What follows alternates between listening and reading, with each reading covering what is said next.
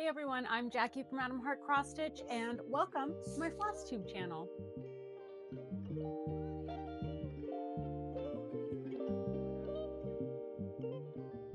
Hello and welcome to episode 10 of my Flosstube channel. Now, I basically didn't even want to look and check just how long it's been since I posted a proper Flosstube episode where I just kind of talk through everything I'm working on, any new starts, haul, finishes, all that fun stuff. And I don't know exactly how long it's been, but I know for sure I haven't posted a single Flosstube episode this year. So I figured this would be the perfect time to do a 2025 year in review. I'm going to show you everything I've worked on this year, from cross stitch to needlepoint, a little bit of sewing and quilting thrown in. Also take you through just some of my highlights of the year. And at the end of this video, and yes, you can feel free to just scroll to the end if you want, I will also be talking about a giveaway that I will be doing the first week of January. So let's go ahead and get into it.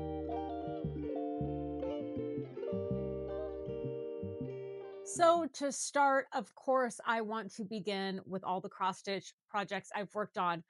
Now, it's not that many. And this is something I really have been struggling with, not just this year, but I feel like the last 2.5 years, my stitchy bug is just not all there. I am going to blame part of that on my phone because I do feel like a lot of times when I have like 20 or 30 minutes to spare, it's like I have the intention of oh, let me get a little bit of stitching done.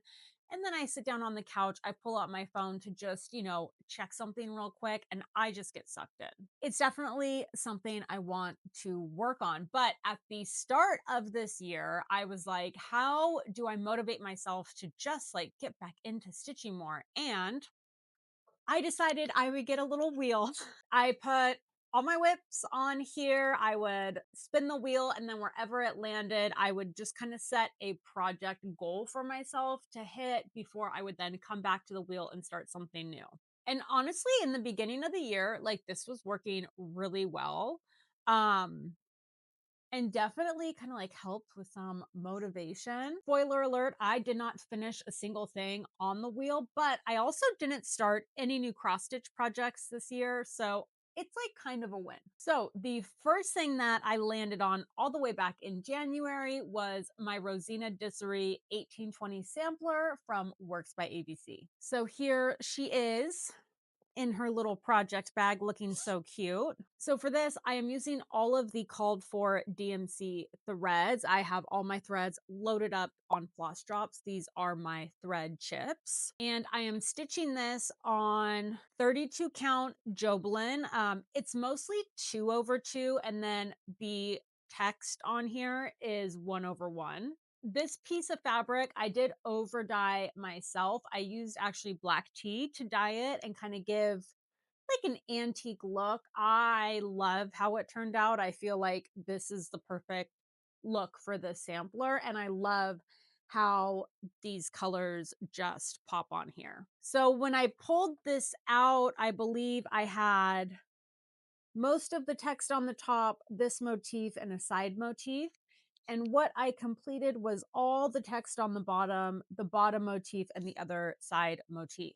I think I'm more than halfway done with this. And I will say I flew through the bottom half of this thing. I think I finished all of that in less than 2 weeks. I could definitely just put my head down and get this one finished and wrapped up pretty quickly, which who knows? Maybe that will be my goal in 2026. We'll see. I would really love to finish this. Like I said, I have not finished a single thing cross stitch wise this year. So it would be nice to get this one done. Maybe in 2026, I'll try to circle through my whips that are the closest to completion and just get them done. Because man, it would feel good.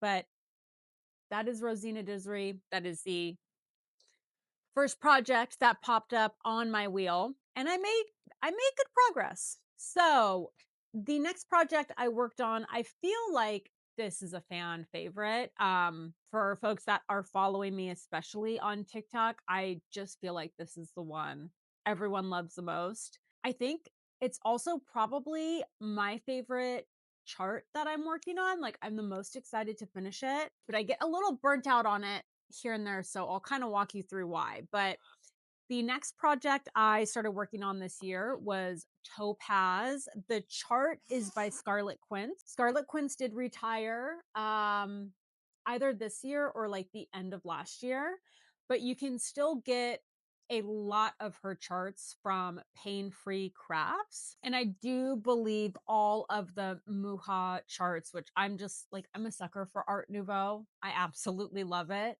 I do believe all of those are still available via Pain Free Craft. So if you see this and fall in love with it, which it's hard not to, you can still get them online, even though Scarlet Quince did retire her, website. And if you go on her website, you can't purchase the charts anymore, but you can purchase them from Pain Free Crafts.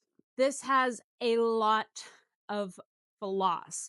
So if you don't know, Scarlet Quince is very well known for creating full coverage charts. A lot of them are recreations of like famous artwork, and it primarily uses all blended threads.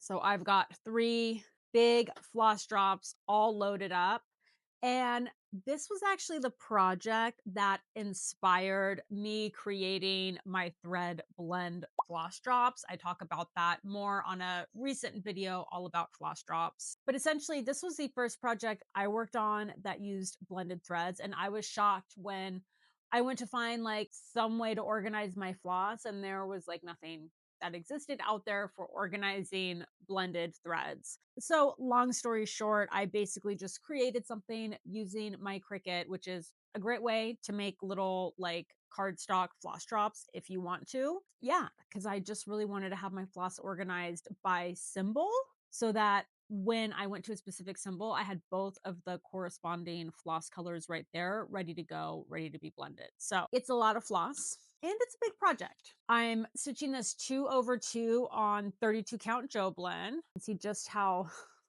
big it is. But here is where I am right now. So when I pulled this out, I think the only thing that was missing was like this section here. And I finished it, which gave me a top page row finish. So this is all of the first 3 pages across the top of this project done. Now, blended threads are quite a bit of extra work, but the result is so stunning. I feel like, especially this area up here, and I'll show you guys a close up as I'm talking about it, but like I could get lost looking at it. It's just so beautiful. And you can't get that effect without using blended threads. So it is worthwhile. What I've struggled with in this project specifically is the amount of confetti in some areas. I mean, it is unlike any other confetti heavy project I've worked on. Now, when you get to places like her skin or this background here, the confetti is not nearly as bad. So I know like the bottom 2/3 of the chart, it's not going to be as painful as the top has been. But like the confetti in this whole border thing here, that's where it's just unbelievably out of control. So as much as I love this, this is probably my favorite project that I have. I do tend to get very burnt out on it just because of this kind of band here and the amount of confetti. But she's beautiful. And clearly, if you can't tell, I am stitching this using the parking method. That's what all these hanging threads are. I love using the parking method for full coverage. I don't think I would stitch full coverage without using the parking method, but there she is. So that is all my progress on Topaz by Scarlet Quince. Okay, so this next project sadly does not have its own project bag. You can see I have a bunch of thread loaded up into Ziploc bags. And this is not actually a cross stitch project. This is a needlepoint project. Here she is on her scroll frame. Let me go ahead and pop her off of the frame so I can show you the full thing.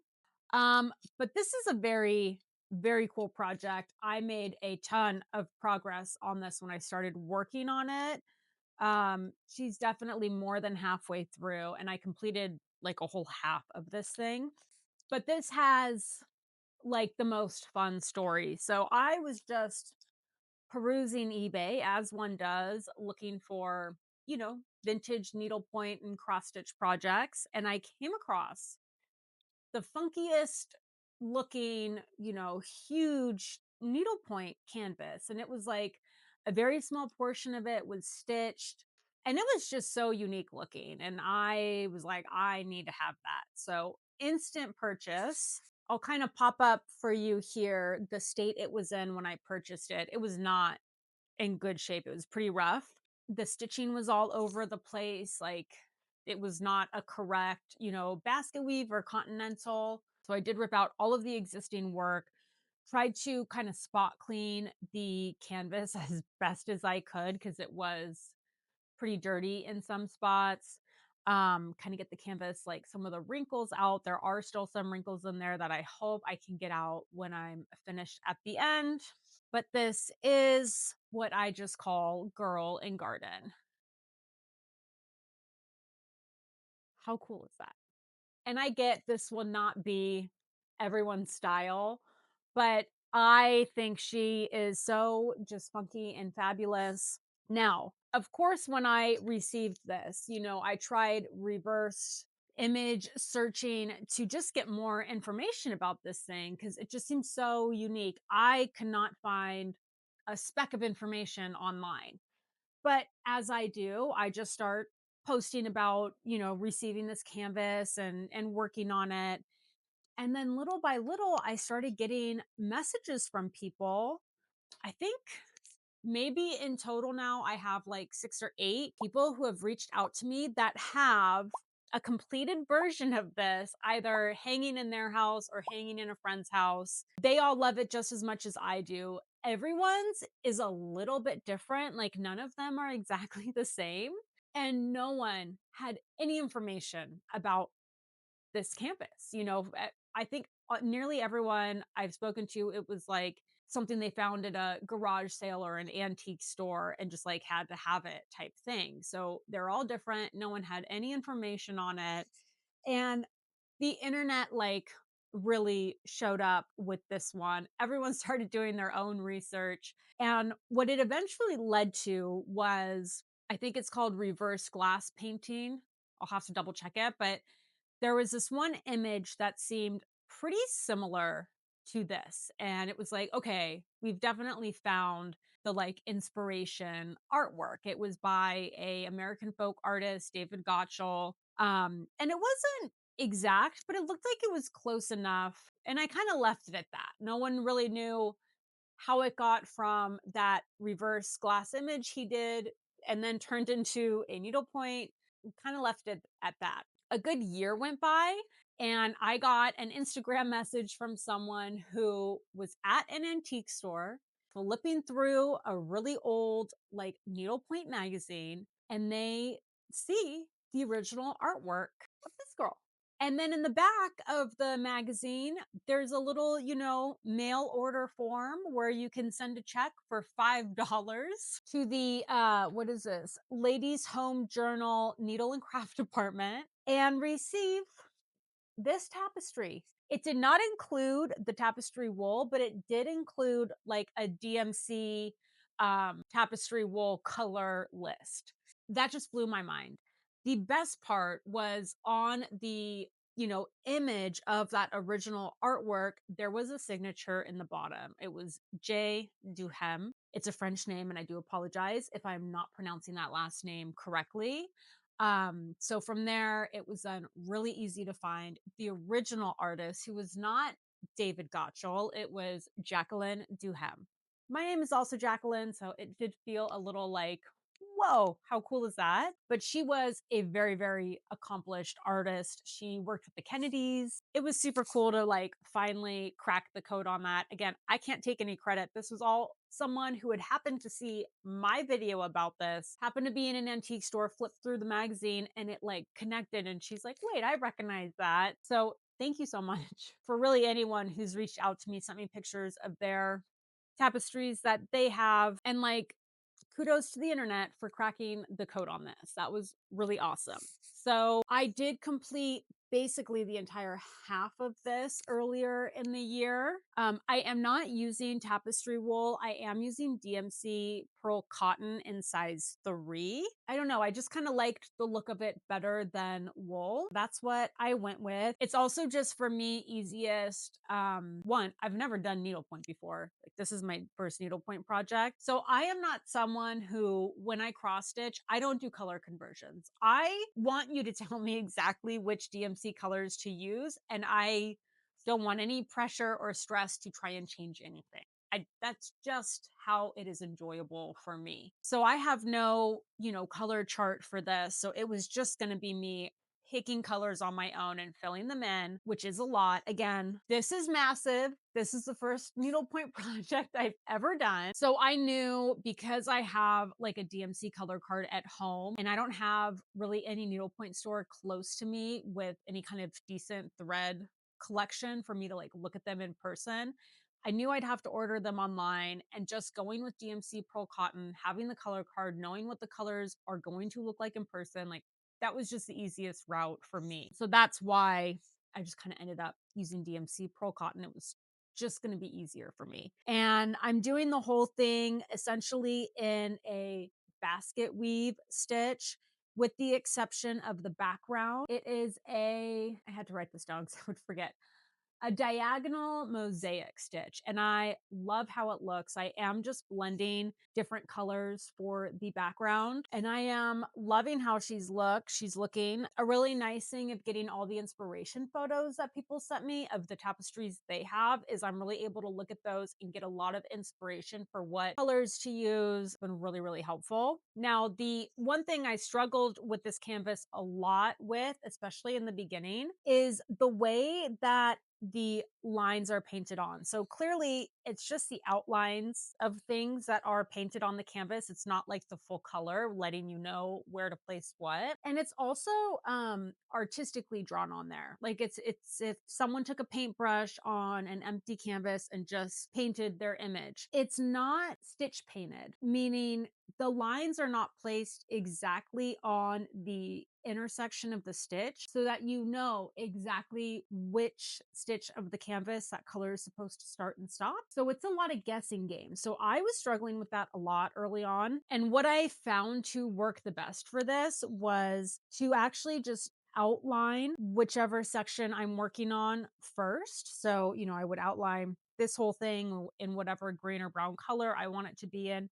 And then I would come back through and fill it in with the basket weave. Once I kind of cracked that code on how best to work on this, I flew through this one half of the canvas. This is another one I feel like, even though it's big, if I just put my head down and focused, I could get this finished in 2026 pretty easily. So again, I'm glad I'm doing this video because I feel like I'm kind of getting excited about getting some of these things finished, which is a good thing. So that is Girl and Garden. I do have so much pearl cotton for this. I mean, this canvas, it's big. It eats the pearl cotton. It flies through it. But I do have all of these loaded up on my thread heart floss drop, but that's Girl and Garden. All right, now this is kind of embarrassing, but we're already on the last cross stitch project I worked on this year. Yeah, I know.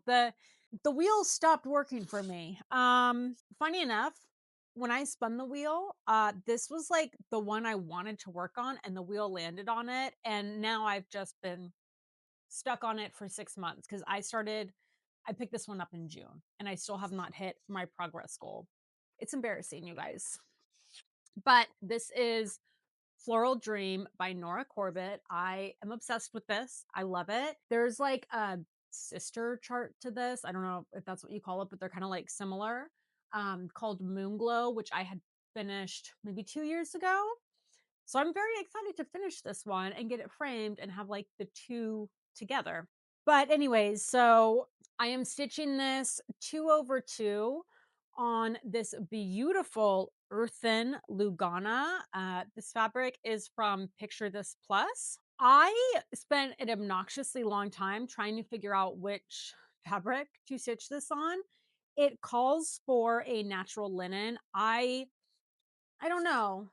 Like, I liked the look of the linen, but I hate the feel of it. It's, like, a little bit rough. So, I knew I wanted to do something different, after many attempts at dyeing fabric myself, buying a bunch of different colors, I think I started on a different canvas at one point or I think I started on a different color fabric at one point and then, like, abandoned it because I didn't like it, but this is what we've landed on. I'm obsessed.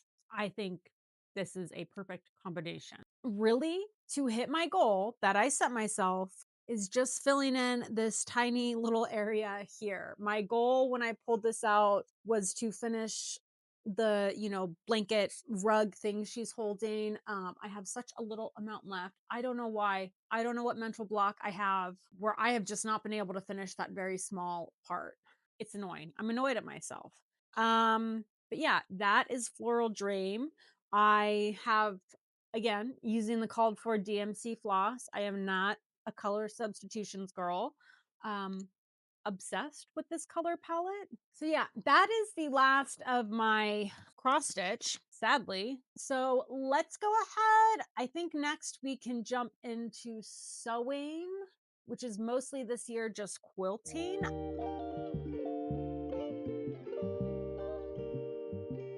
I started quilting.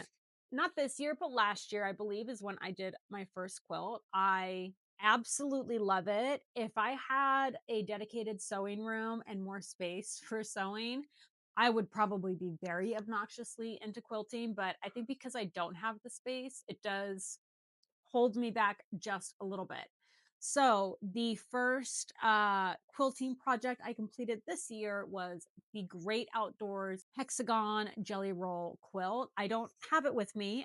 This was a gift for my nephew. So I will throw some pictures up here. Okay, so this was my second time making this specific hex around jelly roll quilt. The very first quilt I made was following the same pattern, which maybe isn't like the most beginner friendly, but someone like for me, I had a lot of sewing experience. I mean, not even a lot, but I've made clothes and stuff, followed patterns and made clothing. So with some decent sewing experience, I think that pattern was a fine one. If you're really, really new to sewing and wanting to do your first quilt, I would maybe recommend like a different first pattern, but I don't know.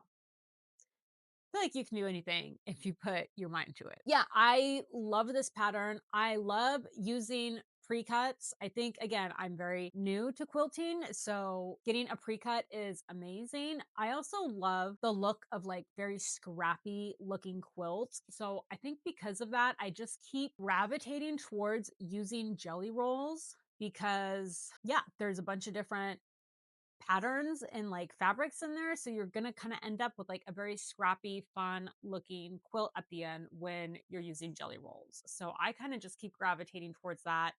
And it does make it much more beginner friendly because it's less cutting. So for the Great Outdoors Jelly Roll quilt, I used a single jelly roll, and that gave me like I think between a baby and crib sized quilt. The final size was about 34 inches wide by 46 inches long. The jelly roll I used is called the Great Outdoors. It's from Moda. I also really love the backing fabric I used. It was super cute. It was called Woodland Wonder in the color Cloud. Yeah, I think that's all I've got on that.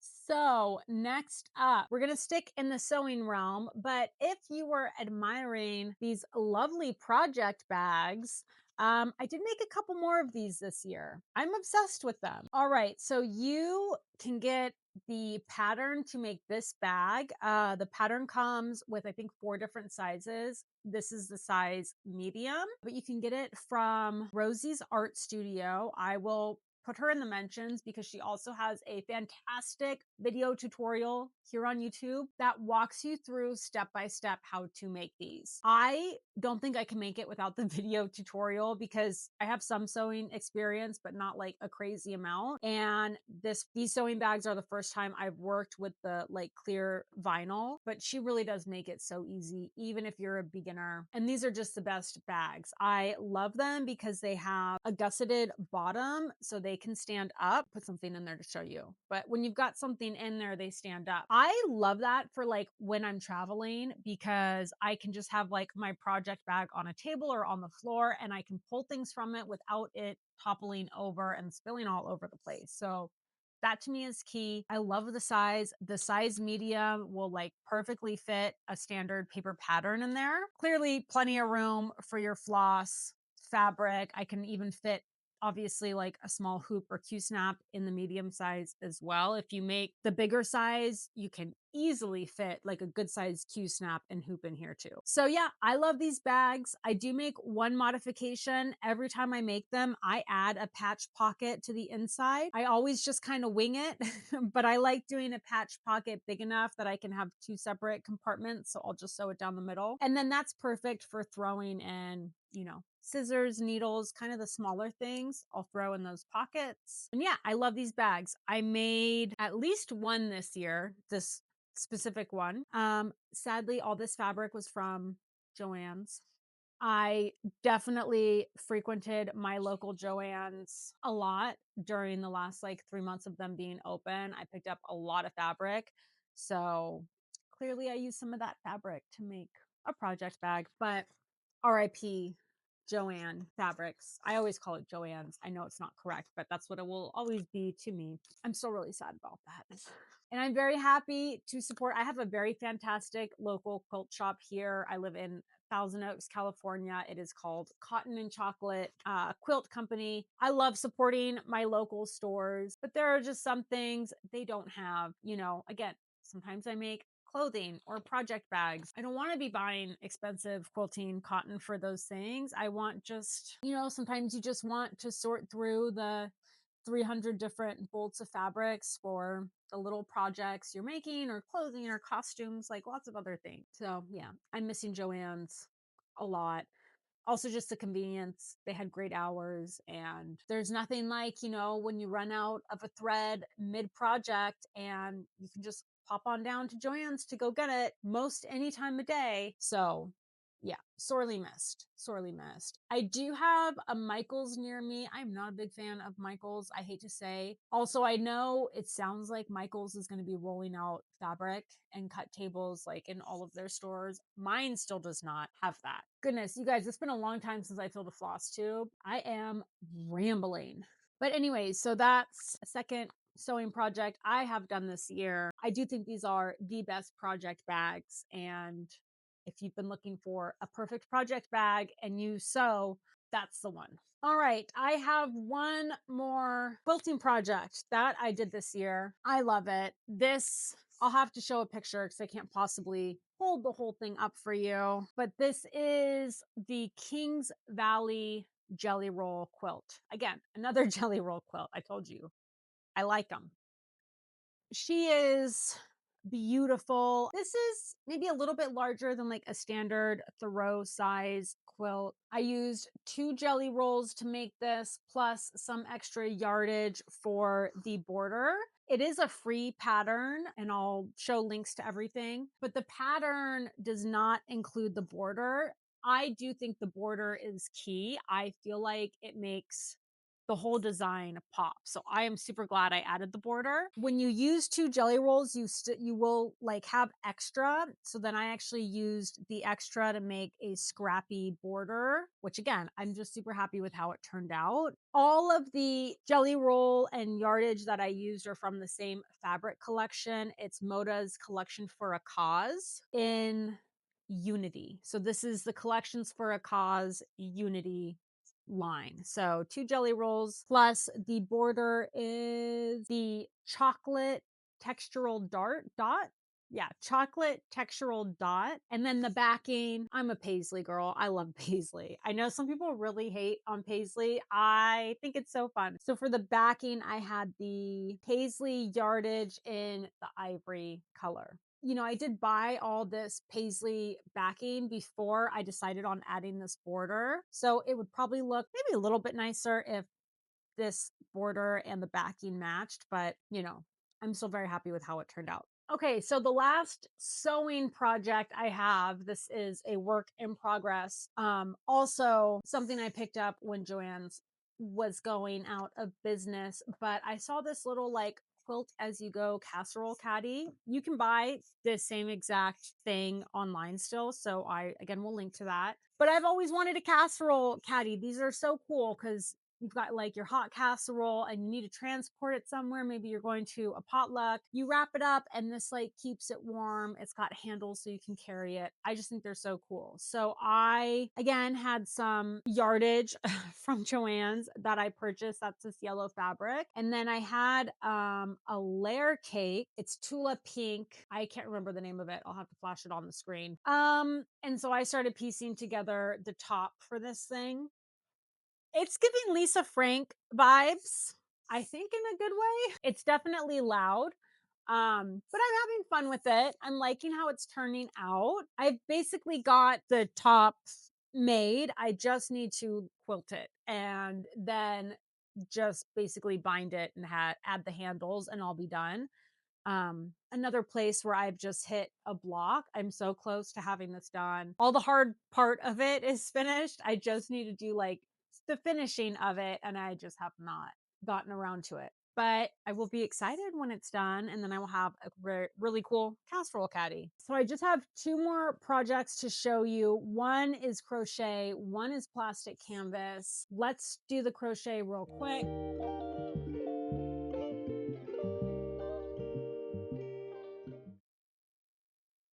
I have talked about this beast before. I did work on it a little bit this year. So this is my now 20-year ugly blanket. I started working on this. My best guess is when I was 18. That's like really when I was crocheting a lot. I'm 38, which means this blanket has been going on for 20 years now. It is big, but my goodness. So, and this is just a scrap blanket. Um, it's going to be massive. I want it to be big enough for a king size bed. And yeah, essentially, it's just all leftover scrap yarn, either from things I've worked on or a lot of people have just now been gifting me their scrap yarn to add to this. What's I mean, just the coolest thing about a project like this is I look at it and I think of all the different things I made using that yarn, you know, all the friends, babies I crocheted blankets for, and you've got the little remnants in there. I think of people who also gifted me some of these things, old coworkers, and this is just a really amazing blanket. My kids already talk about who gets to have this blanket when I am long gone. So I don't know how we're gonna figure that one out. Maybe by the time I finally finish this, I'll just need to get started on a second one. But yeah, I added not that much, but a good amount. I think this year I added all of this like fuzzy rainbow yarn, all of the white wool, and then I started with this black as well. Like it is close to done. It really will not take that much more for me to finish it. The tough thing with this project is because I started it when I was like still very new to crochet. At the bottom, it's a lot narrower than what it is now at the top because I just didn't understand turning my rows, which is valid. So you can see there, it's just not straight. And I'm using different weight yarns, different size hooks. Now it's much more uniform because I know to like compensate to try and make it all like the same gauge, but I did not understand that when I first started on it. So I do think when I finally get it to the size I want, I will go around the outside and add a couple of borders to just kind of help compensate for some of the wonky edges on the bottom part of it. But that's my scrap blanket. I did also in my final go round of Joann's, I picked up one, chunky yarn that was, on clearance. Like this was, I think, literally the last day they were open. I picked this up and I will be adding this as kind of, a memory of the place I learned to sew. This will be the next one I add to that blanket. And maybe we'll finish it off too. Who knows?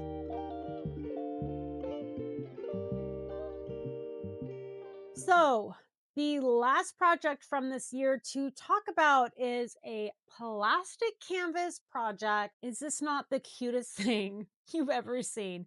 Um, it's a purse, it's a dollhouse. It is both those things. There's a little bed.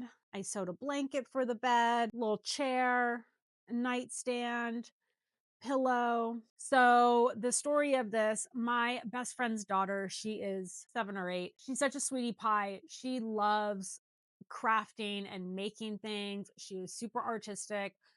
She has been begging her Titi Jackie to make her something. So I have been eyeing this pattern for a long time. It's on Annie's attic if you're interested. And when she was just like, "Oh, please make me something," I was like, "Okay, okay, but it's going to be a Christmas present, so just be patient." So I've been working on this for a couple of months now.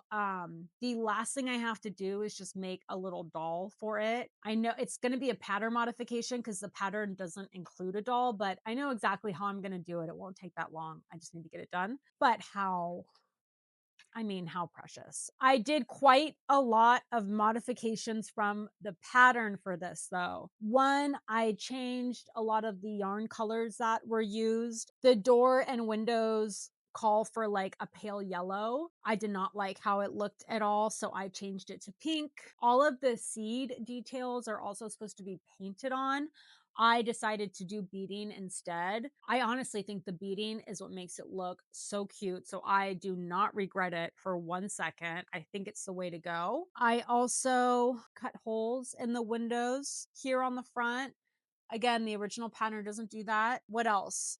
The original pattern uses Velcro for this closure. I added like a magnetic snap closure because I just think it's way more secure. And then I think the other like big thing is the original pattern has you use colored plastic canvas. So they want you to use, red canvas for the exterior and green for all the green parts. I have so much plastic canvas at home that I was like, I'm not buying colored plastic canvas. It's expensive. I'm going to only be able to purchase way more of it than what I'm going to use. I don't want extra green and red canvas. So I just used clear, ultra stiff plastic canvas in 7 count. And because of that, there's just some areas where I did like extra overcasting.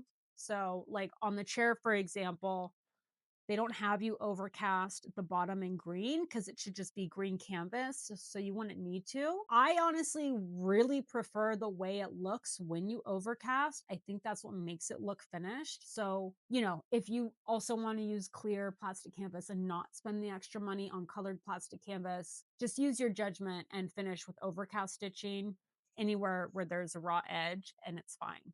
The original pattern also doesn't have a little blanket and pillow. I just sewed that myself. But the way that they have this bed frame in the original pattern makes it so that when you put the bed in the dollhouse, you can't close it. It's too big. So I had to make some adjustments. It was kind of annoying if you can't tell by my face that I was annoyed. Sometimes it's like you wonder if they figured it out at the end. Like clearly someone had to make this to make the pictures for the pattern. So did they just go, no one's going to notice? I have no idea. But anyways, the cutest thing ever. It reminds me of Polly Pockets. I'm obsessed. I will have to make another one soon because my niece, who is also 7, I was babysitting her and she saw this and was like, "What's that?" and really wants one now. And I told her, I was like, "I can't make you one for Christmas. I won't have time. I will make you one." Her birthday's in March, so I'm gonna have to be making another one of these at some point, but it's not too difficult of a project and works up fairly quickly. So yeah, but that is the plastic canvas strawberry dollhouse slash purse slash cutest thing you've ever seen in your whole life. All right, so that is everything I have worked on this year.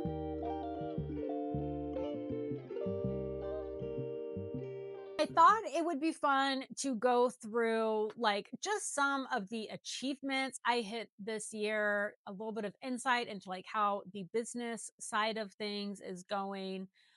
If you don't know, I make and sell floss drops that is Adam Hart Cross Stitch. So the first thing I kind of want to talk about with that, and this was so cool, but I had a feature in Just Cross Stitch magazine earlier this year. A huge shout out to Bridgen, aka the Museum Stitcher, because it's really her video talking about how she uses my bobbin floss drops to organize her floss is what led to this cool little feature in Just Cross Stitch magazine.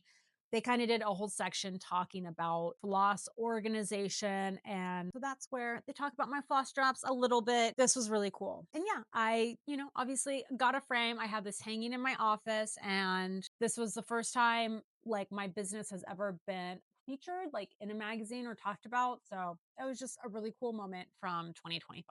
All right. And I know a lot of you out there love your stats. So I just wanted to quickly kind of run through some general statistics of things I've done this year, starting with number of orders. I had a total so far of a little over 2,000 orders, 2,036. I'm just, again, if you've purchased floss drops from me in the past, just thank you so much. This is my favorite thing to do in the world, and every day when I am packing orders, I am just like got the biggest smile on my face. I am so grateful to every single person who's ever placed an order. So thank you so much. I am just so thrilled to be doing this. I do ship worldwide. Something like friends and family will always ask me is like what countries I have shipped things to. So I thought it would be fun to share that here. This year, obviously I'm based in the US. So outside of the United States, I have shipped to Canada, the UK, Australia, Norway, Sweden, Switzerland, Germany, and France. International shipping is not cheap. And the fact that you all are willing to pay that little bit extra to get packages out to where you live is just so amazing. I am always so honored anytime I see an international order come in. So thank you so much for placing those orders. So since we're talking business, the last little thing I wanted to do is show you all here the first sneak peek at the newest specialty floss drop color I'm going to have in the shop.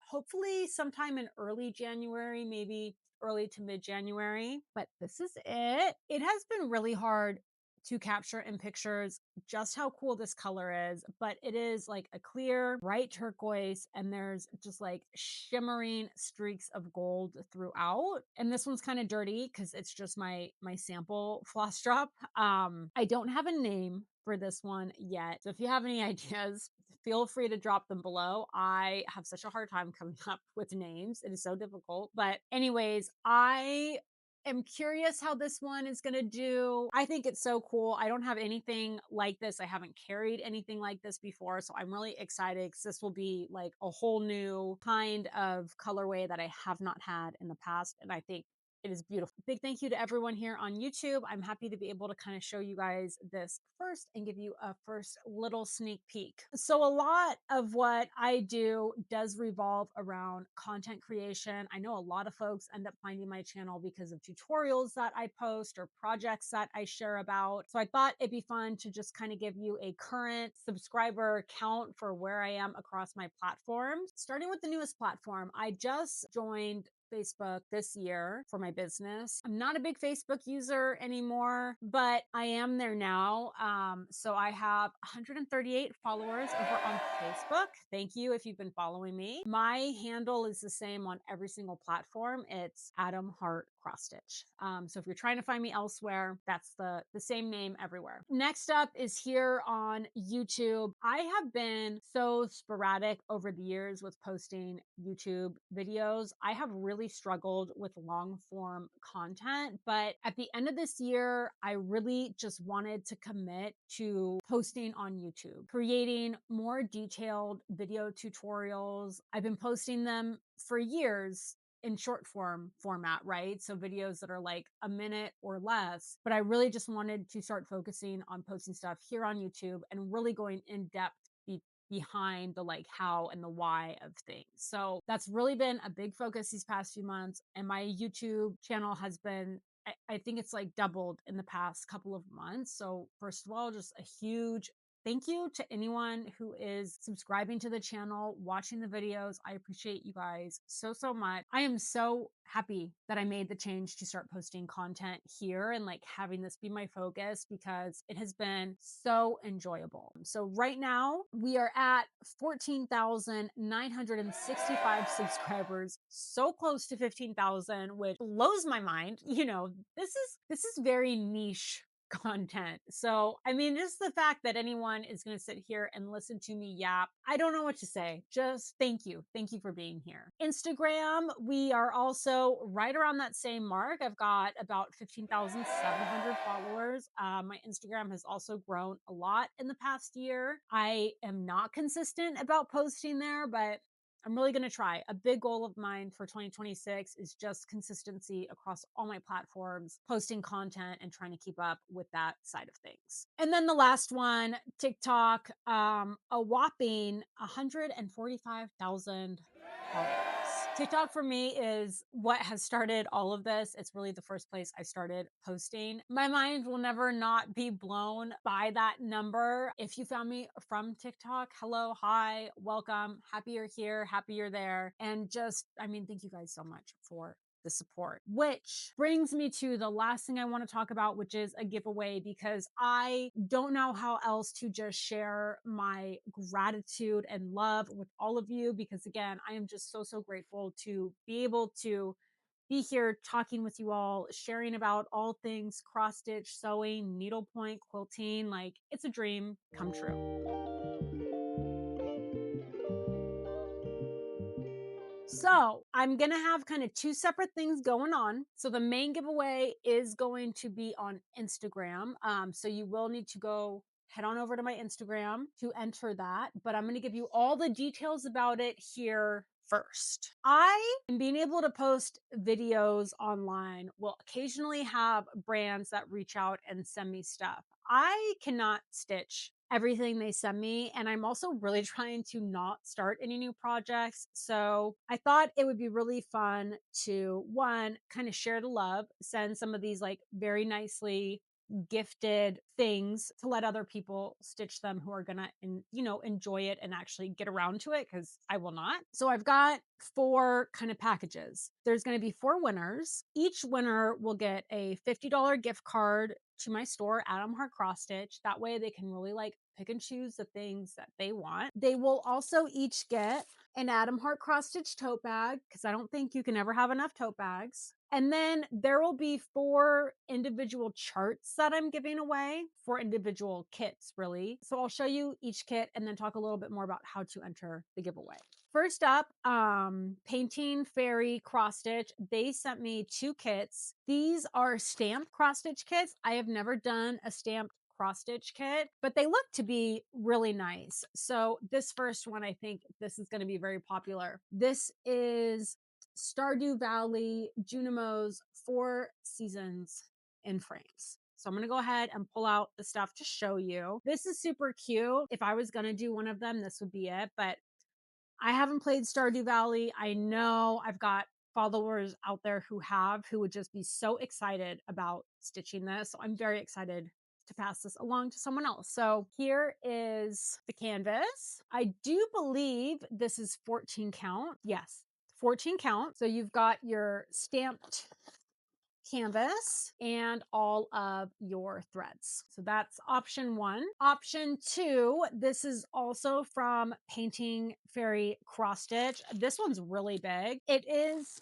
Christmas themed. So there's a fun little Christmas tree and a Santa Claus. What's this one called? Christmas gift. So just like the first one, you've got all of your threads. They are pre-sorted on thread cards, which is really, really nice. And then we have the stamped cross stitch, which is really big. So this is very cool. This is also on 14 count. And a big thank you to Painting Fairy Cross Stitch. They also sent me like a really nice cross stitch frame and stand. I will do a video about that sometime in the beginning of next year, but a big thank you to them for sending me these things. It's just really nice of them. Okay, the next 2 kits I will be giving away. These are from Caterpillar Cross Stitch. I love you guys over at Caterpillar Cross Stitch. They're always so kind. They've sent me a bunch of stuff over the years. Again, I just cannot stitch everything that is sent to me. So I want to pass these things along to someone who might be able to make use of them. So, first up, we have a kit for the North American Adventure. This was a stitch along, which is why this is grayed out here, but I'll show you the completed chart up here.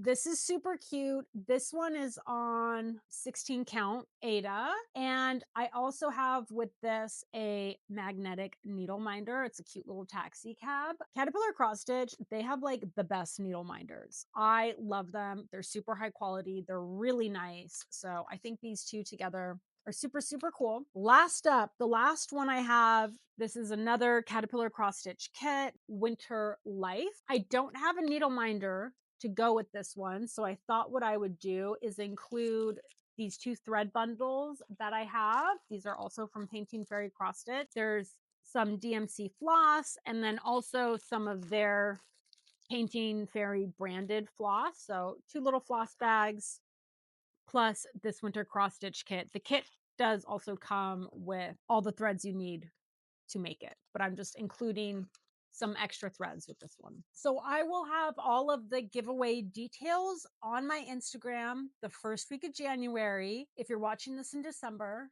it's not there yet.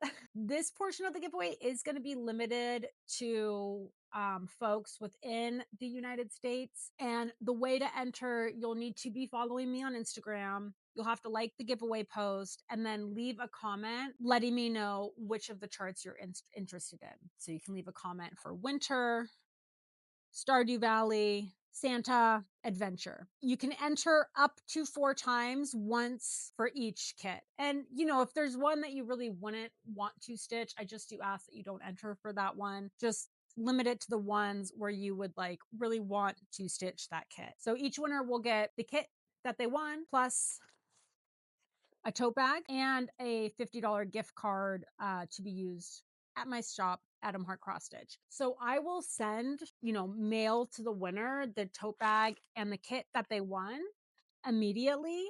And then they can use the gift card whenever. The gift card will not expire. Now, I am limiting that portion of the giveaway to US residents, but I am so, so grateful to my international customers. So there will be a fifth winner of the giveaway who will win a $100 gift card and a tote bag. The difference, though, for the international customers, again, shipping is really expensive. So that's why I'm doing a higher gift card amount, because then it should be able to cover the extra shipping costs for the things they want to order in the shop. And I will ship the tote bag out with your order when you place it. So again, that's just to kind of help with the shipping costs, but I want to give a special thanks to my international followers and customers because I appreciate you all so, so much. The last thing I want to do, not so much a giveaway, but more of just like a thank you to this Flosstube YouTube community because I am just so grateful for you all. I want to send like just some fun little care packages to other floss tubers. So I thought the kind of best way to do this would be if you all can nominate in the comments any floss tuber who like you just especially love watching, someone who brings a lot of joy. Maybe they teach you things, but someone that you just really want to like send some love and support to. I don't know how many care packages I'm going to do, but if you want to nominate a floss tuber in the comments below, make sure to leave their handle so that I can find them and get in touch with them. If I just thought this would kind of be like a cool way to share some love and just like give kind of a thanks to this community. Again, I'm just so grateful for you all. I love being here so much. So anyone again who has just like really helped you in your stitching journey or who just brings a lot of joy to their channel, I do want to, focus on floss tubers who are also really kind of going above and beyond in creating really inclusive spaces on their channels. So just something to keep in mind when you're making your nominations. Yeah, I thought that would just be a nice way to share some love, send some thanks to all of you. So please drop your nominations in the comments. I'm sure I talked way more about some things than I had intended to, and I'm sure I completely forgot to talk about other things that I had meant to. But that's just kind of a standard Flosstube episode for me over here on this corner of the internet. But once again, I'm Jackie from Adam Hart Cross Stitch. If you like this video, please do all the good things, like, comment, and subscribe. Thank you so much for watching, especially if you made it all the way to the end.